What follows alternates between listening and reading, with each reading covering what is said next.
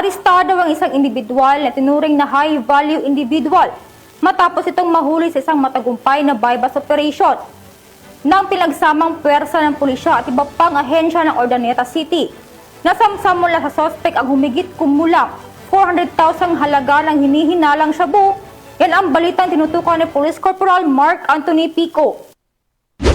Umabot sa tinatayang 442,000 halaga ng shabu ang nasamsam ng mga otoridad mula sa isang high-value individual sa ikinasang bypass operation sa Barangay Santo Domingo, Urdaneta City, Pangasinan.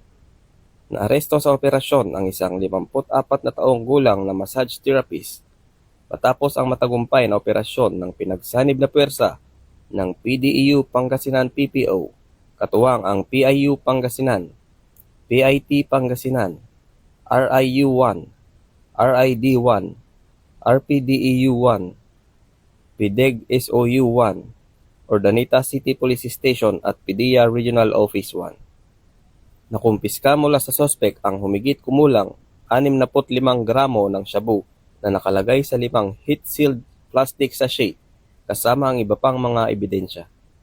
Ang sospek ay kasalukuyang nasa kustudiya ng pulisya at nahaharap sa kasong paglabag sa Republic Act 9165 o Comprehensive Dangerous Drugs Act of 2002.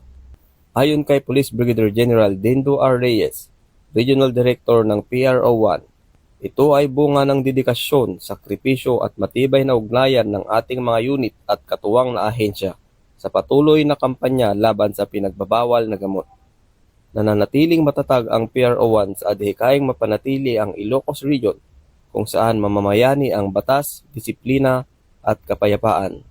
Dahil ang kapulisan ng Region 1 ay maaasahan, malalapitan at mapagkakatiwalaan. Mula dito sa Ilocos Region, ako ang inyong PNN correspondent, Police Corporal Mark Anthony Pico, alagad ng batas, tagataguyod ng Balitang Pulis.